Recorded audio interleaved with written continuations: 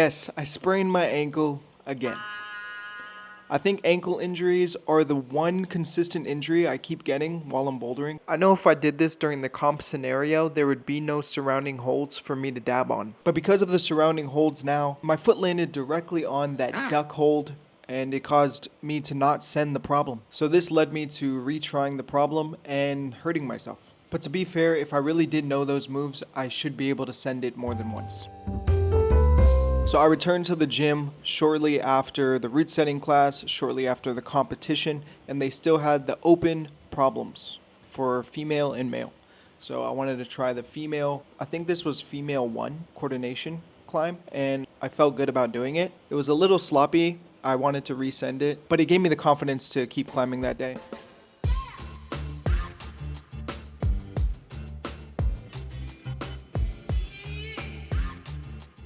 And then I moved on to the other woman's problem. This was a purple route with a pocket start. It's like 2-finger pocket.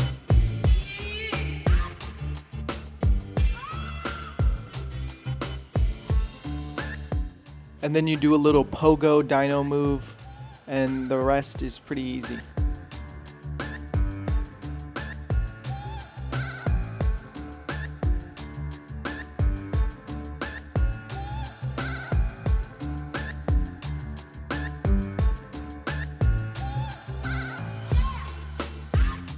This move's really cool. This is one of the new holds the gym got before the comp. This has some slopey pinches. They're pinches that are not so easily grippable. I like how this problem starts with a toe hook. And then it finishes off with some really cool moves. I was cutting loose a bunch, but I felt good about that climb.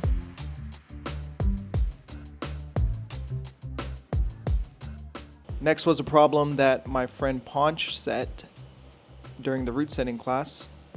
It starts off with a really cool side dynamic move, and then you go into the overhang little holds.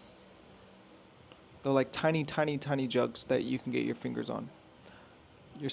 In order to get to the second to last hold, you're supposed to do kind of like a dynamic throw yourself, but I just campused it up to the top.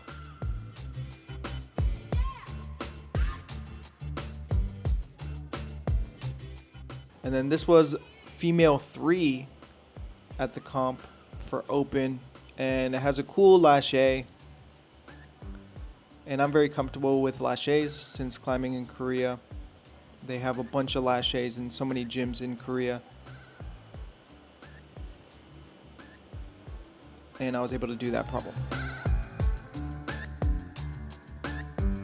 This is returning back to the female comp problem, and I felt more comfortable with it. I learned the moves with this heel hook, and you have to force your body onto the heel hook in order to stabilize onto the dual techs. And then the ending is kind of like an uncomfortable, slabby stand-up.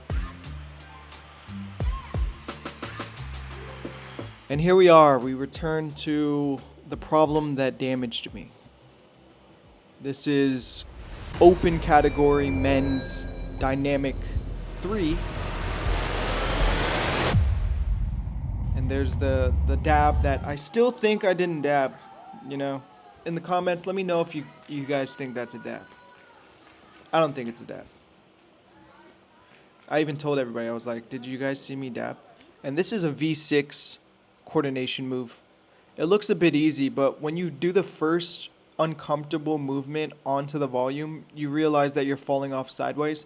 So while you're doing the pull motion on the dual techs, you have to pull yourself close to the wall, and you have to do it just right. It's a low percentage move for sure that I want to get better at, but I just kept pushing myself to do it over and over again.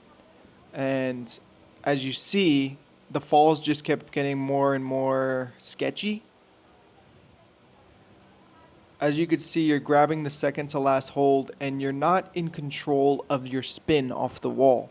And especially at that height, you don't know how your ankle is going to hit the mat. And this is something I couldn't have predicted, and I still think about how I could have avoided this situation. Let me know if you guys know any tips on flying off holds and landing on your ankle correctly. I don't know. Maybe I should do more ankle exercises to get my ankles more strong or be more flexible in my ankle. But what had happened was in the last attempt, I wasn't close enough to the wall and I just reached for the second to last hold. I spun off and automatically I felt like my body was spinning in a very bad direction. I landed on my ankle a bit on the pad and then I heard a snap.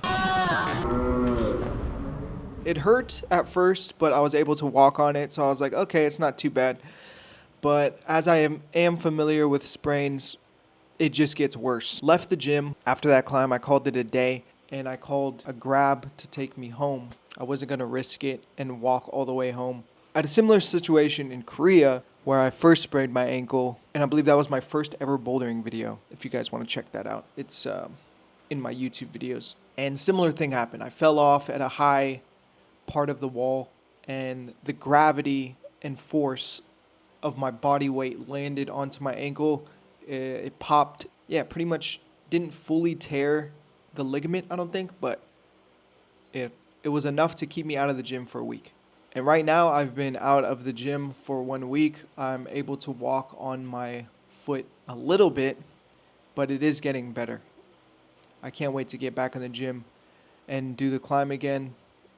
And hopefully nothing bad will happen. I still want to send it, but I want to go about doing it more carefully, think about my movements, and not rush into it. I think that's how I can avoid this situation from happening again in the future. What had happened in the gym was I was doing so well on the other comp problems that I got a little cocky, a little careless with my body. Sometimes I think you need to be a little cautious and maybe think about the moves you're doing, especially as we're getting older and climbing.